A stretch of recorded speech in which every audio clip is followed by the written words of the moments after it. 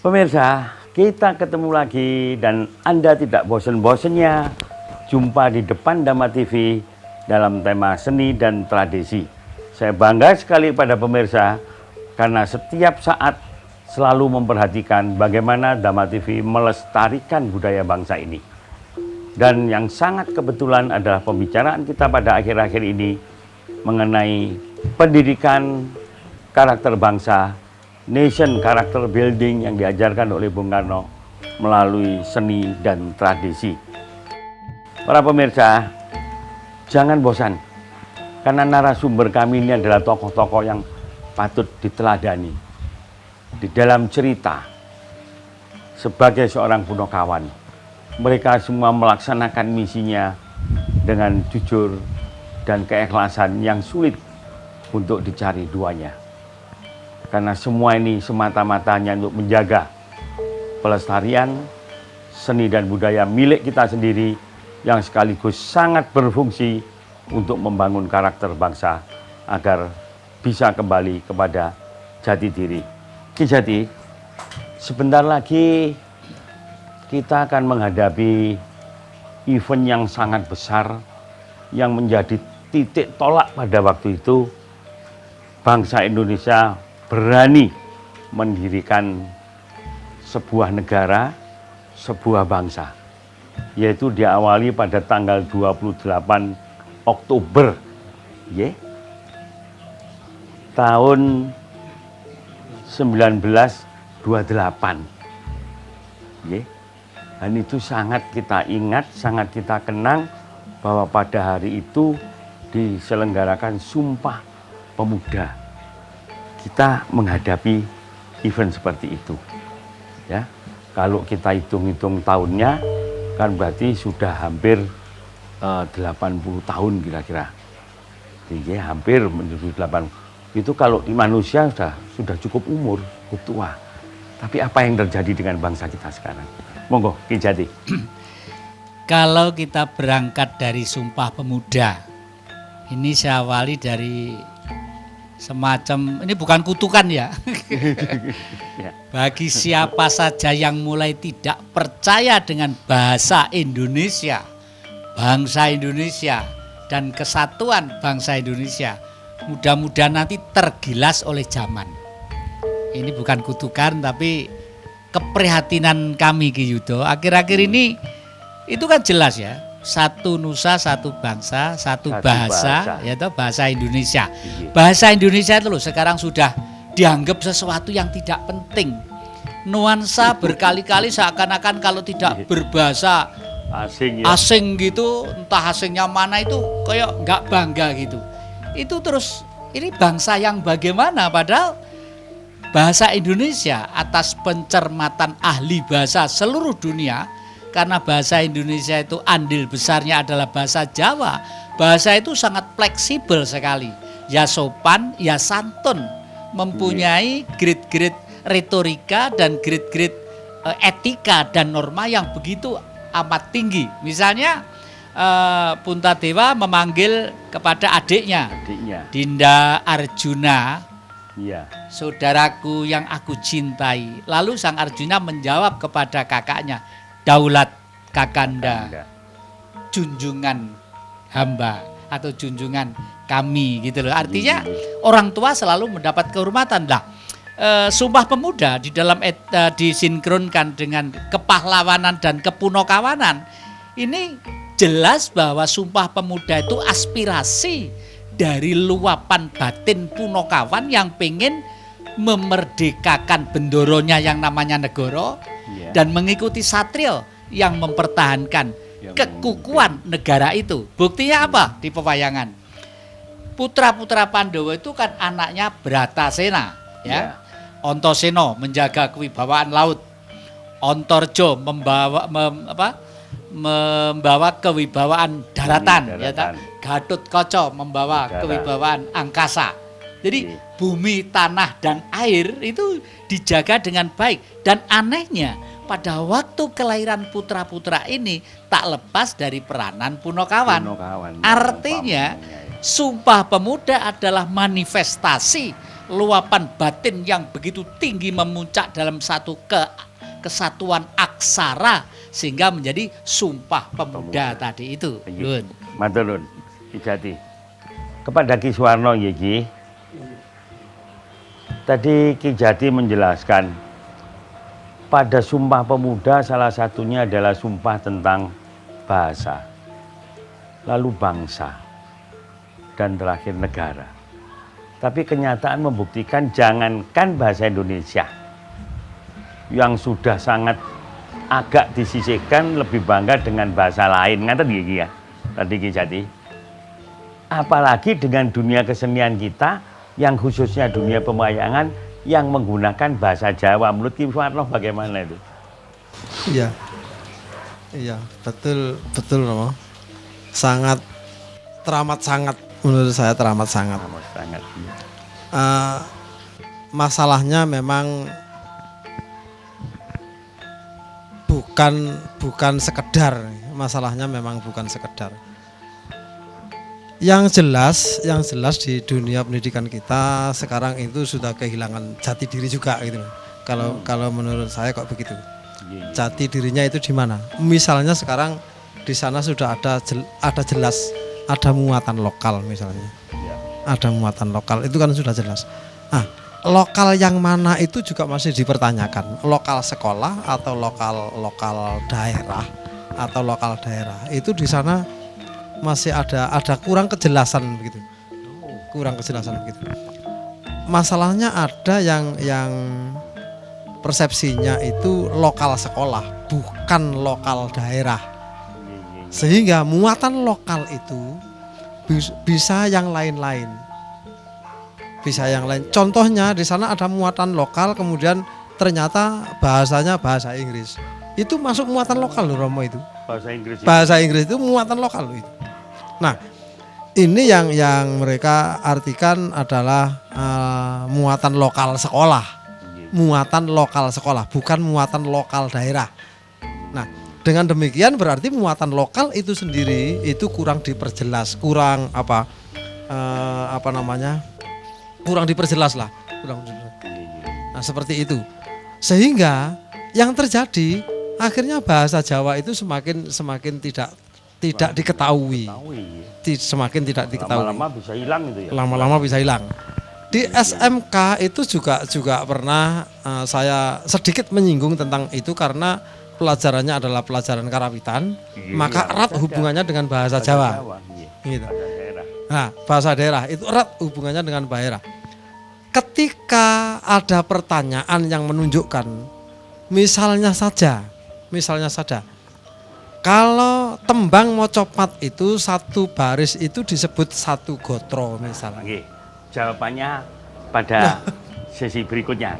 Tahan dulu para pemirsa, kita menuju ke sesi kedua.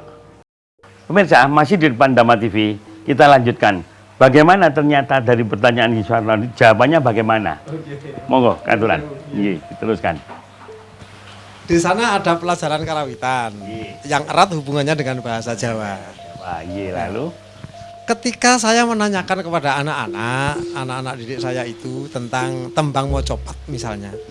Tembang mocopat itu kan bermacam-macam. Saya ambil salah satu saja. Contohnya ketika saya menyampaikan kalau tembang itu adalah sebenarnya terdiri dari pantun. Seperti pantun. Tapi ketika pantunnya itu disembunyikan, mereka sudah tidak tahu dengan bahasa itu.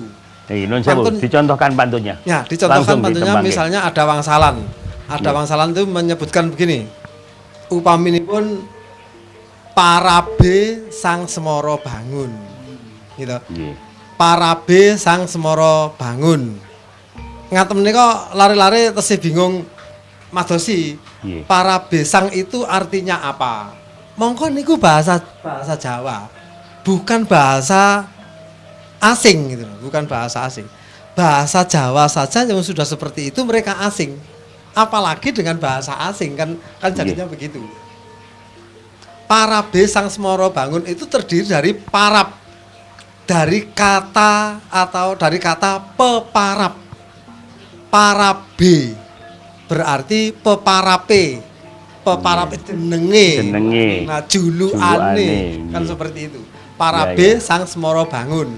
Sepat dombo misalnya. Sepat dombo kali oya. Itu sebenarnya kan parian. Tapi pariannya itu disembunyikan.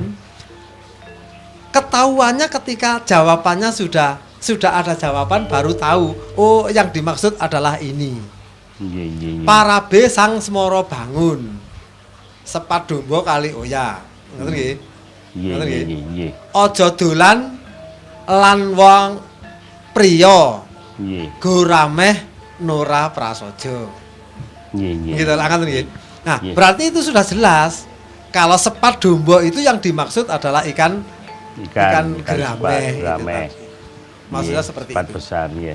Nah, setelah mereka tahu bahwa sebenarnya itu bahasa Jawa pantun yang disembunyikan, baru mereka antusias sekali dengan mempelajari bahasa Jawa, Romo. Dan saya sampaikan bahwa bahasa Jawa itu adalah bahasa yang puitis. Ya. Bahasa yang puitis. Yang artinya puitis itu adalah satu arti, bahasa satu arti mungkin maknanya banyak. Tinggal bagaimana yang mengucapkan dan bagaimana yang menerima. Contoh saja ketika ada tamu di rumah, oh nggih monggo, kemudian disuguhi wedang ngoten kan, monggo katuran ngunjuk sinambi ngrantos ingkang dereng rawuh. Nah, itu bahasa yang ramah, kemudian jelas artinya mempersilahkan.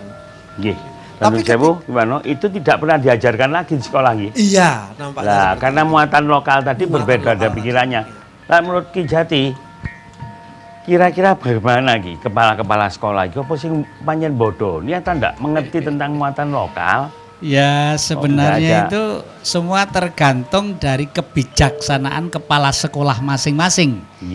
Makanya di Jawa itu ada istilah ambek parama arta. Artinya itu mendahulukan mana yang penting.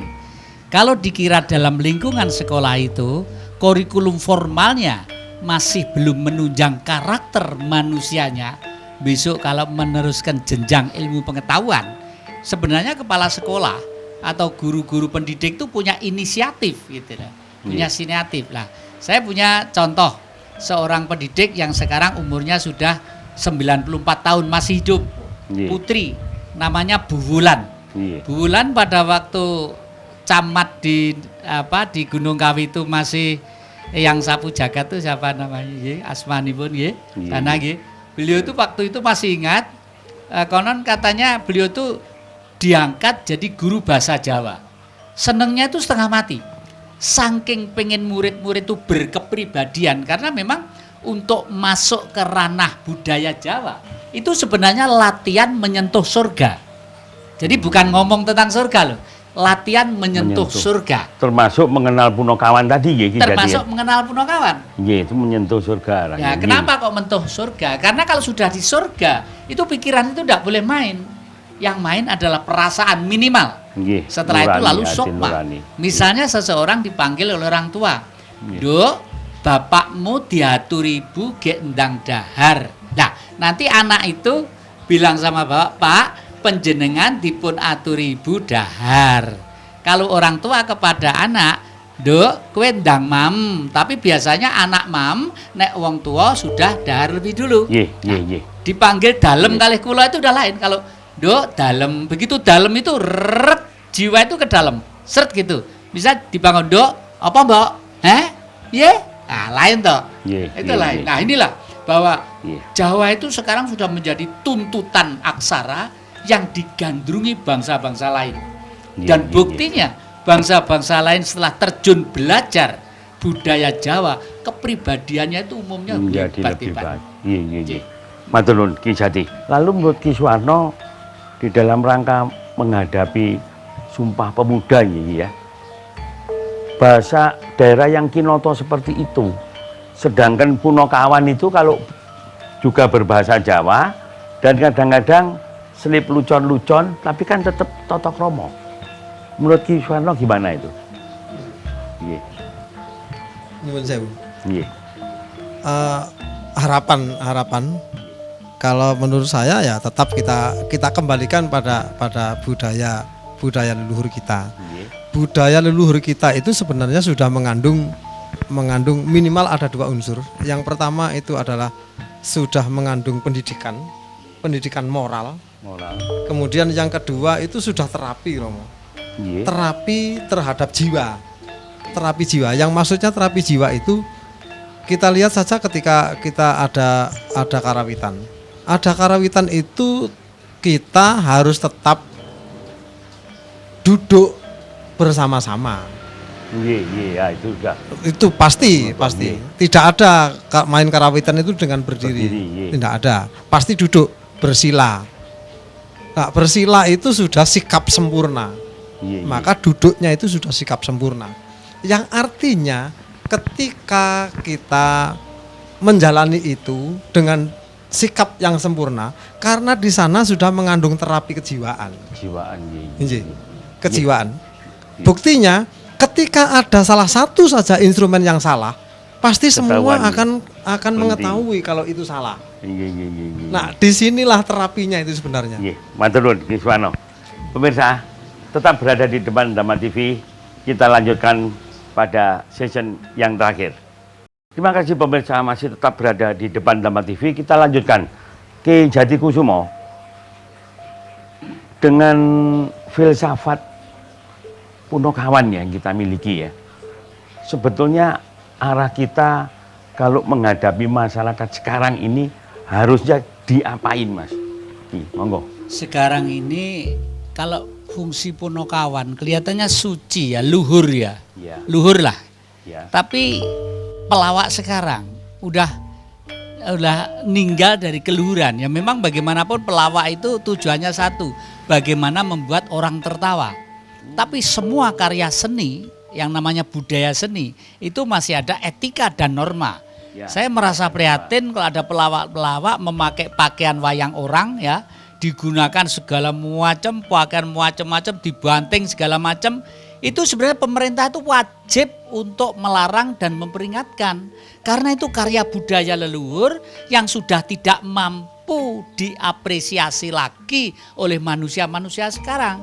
Coba ya, misalnya saya ambil contoh aja, ini gelung, ini aja yang sederhana, gelung Minangkara, ini gelung. Orang dulu itu pakai gelung tuh artinya kenapa dinamakan gelung? G itu cahaya, L itu hablur, lembut, U itu hidup, Ngo itu hidup konstan di alam ini. Jadi manusia itu harus sadar, makanya gelung itu bentuknya begini lalu menuju ke titik tengah. Artinya, hai manusia, ngerti yo bahwa kepalamu itu di dalamnya ada sesuatu yang suci, yang mampu menggetarkan saraf-sarafmu sehingga engkau mampu membaca, mendengar, merasakan budi cipta rasa karsane Pak anu tadi itu Kiswarno tadi itulah. Lalu yang raja pakai ini jamang mas sungsun tiga. Jamang mas sungsun tiga. Mas itu sinar, sungsun itu draft. Kalau ketemu Tuhan paling tidak si Jawa itu ada 3 fase. Rogo, jiwa, sukmo. Makanya susunnya itu 3. Sembah yang terakhir adalah sembah sukmo. Itu kelasnya sudah kelas amat sangat tinggi gitu loh. Jadi perilakunya kalau jiwa itu masih rendah. Tapi kalau sudah sembah sukmo, waduh, orang itu sulit ditafsir. Orang itu orang apa, agamanya apa, partainya apa, itu Jawa, apa Madura, apa Arab, apa sudah tidak ada. Yang ada adalah keindahan manusia itu yang sinarnya dirasakan oleh siapa saja yang terkena getaran sinarnya. Matur nuwun, Ki Jati. Jadi pemirsa, memang banyak sekali hal-hal yang masih harus kita pelajari tentang seni ini. Khususnya Punokawan, Kiswarno. Kalau menurut Kiswarno, bagaimana sih solusinya supaya para pemimpin, para pejabat, kalau anak didik, Kiswarno sudah jalan. Tapi bagi pihak yang lain di luar itu, bagaimana cara kita untuk mengenalkan ini? Kira-kira saya tidak punya solusi untuk itu. Tidak punya solusi. Tetapi minimal punya usulan, Romo. Bukan Bukan solusi tapi tapi usulan. Iya, monggo katuran. Usulan saja. Kira-kira Romo, kalau kita memahami betul dengan budaya leluhur, mungkin jati diri bangsa itu akan kembali. Ya. Contoh yang paling gampang, budaya leluhur kita, budaya loh. Bagaimana kita ngomong dengan sesama, bagaimana kita ngomong dengan orang yang lebih tua, bagaimana kita ngomong dengan orang yang lebih muda, itu budaya. Yang tadi sedikit sudah saya singgung. Ketika kita berbicara dengan orang yang lebih tinggi atau lebih tua, itu kromonya jelas kromo inggil, Romo. Jelas kromo inggil. Kromo inggil pun tidak sekedar berbicara kromo inggil, karena bahasa Jawa itu adalah bahasa yang puitis. Ketika kromo inggil tapi ngomongnya karo nyentak-nyentak ya padha ae, itu namanya tetap muring-muring gitu. Gitu. Nah, itu maksudnya. Nah, ketika itu tidak dipahami oleh semua orang yang ada di Jawa misalnya, maka tetap carut marut seperti ini. Tetapi ketika itu sudah dipahami oleh orang Jawa, saya yakin betul bahwa sempurna Jawa itu. Karena Jawa itu sudah menyebutkan gitu loh, Romo. Jawa itu tidak hanya suku Jawa, tetapi wangsa. Gitu. Tapi wangsa. Nah, itu akan kembali ketika wangsa Jawa ini mau menoleh budaya leluhur kita yang seperti itu tadi. Itulah kira-kira usulan kita, usulan saya sebagai wong ciliknya, wong ciliknya. Sebagai punakawannya gitu. Sebagai punakawannya itu tadi. Ketika usulan ini nanti akan didengar, syukur kalau ini bisa disikapi dengan benar, maka keyakinan saya akan bertambah sempurna. Nggih, matur nuwun Ki Suwarno. Sami-sami. Nggih, sedikit Ki Jati, barangkali ada pesan-pesan akhir dari karakter Punakawan ini yang untuk keperluan kenegaraan, nggih. Dikaitkan dengan kesana, kira-kira pesan Ki Jati bagaimana? Monggo. Saya selalu mengambil moto, orang sedunia itu yang paling bodoh saya. Orang sedunia itu yang paling punya dosa besar saya. Orang sedunia itu yang paling blow on saya. Oleh karena itu saya mencoba terus-menerus tidak akan berhenti ngomong, mengusulkan, dan saya mulai dari sebisa-bisanya, mulai dari pribadi saya, lingkungan terkecil dan lain sebagainya. Oleh karena itu harapan kami kelihatannya, saya bukan kok menakut-nakuti, tidak. Manusia ini kelihatannya sudah akan dikurangi dalam komposisi jumlah yang besar. Karena sebenarnya dari kacamata Jawa, khususnya stabilitas yang digambarkan Satria Punakawan dan kehidupannya, sebenarnya ekosistem dunia itu sangat rasional bagi otak orang Jawa. Jadi kalau otak orang Jawa mengatakan bahwa dunia itu akan merenovasi diri karena sudah rusak oleh manusia, oleh karena itu hukum alam itu akan kembali ke siklus keseimbangan. Nah, kembali ke siklus itu bisa berwujud bencana alam, bisa berwujud peperangan, bisa berwujud kecelakaan dan lain sebagainya dan lain sebagainya. Oleh karena itu kelihatannya tidak ada jeleknya kalau kita mari dengan sabar dan telaten, tidak usah tergesa-gesa, tapi pasti kembali ke budaya leluhur Jawa kita. Matur nuwun Ki Jati, matur nuwun para pemirsa. Akhirnya waktu juga yang memisahkan kita. Agunging bangsa tergantung kepada luhurnya budaya. Mudah-mudahan sesanti ini bisa Anda tangkap maknanya. Dan para pemirsa sekalian, jangan bosan-bosannya melihat Dhamma TV yang selalu melestarikan budaya pada setiap hari Rebo jam 6:30 dan hari Minggu jam 2 siang dengan tema seni dan tradisi. Rahayu, rahayu, rahayu.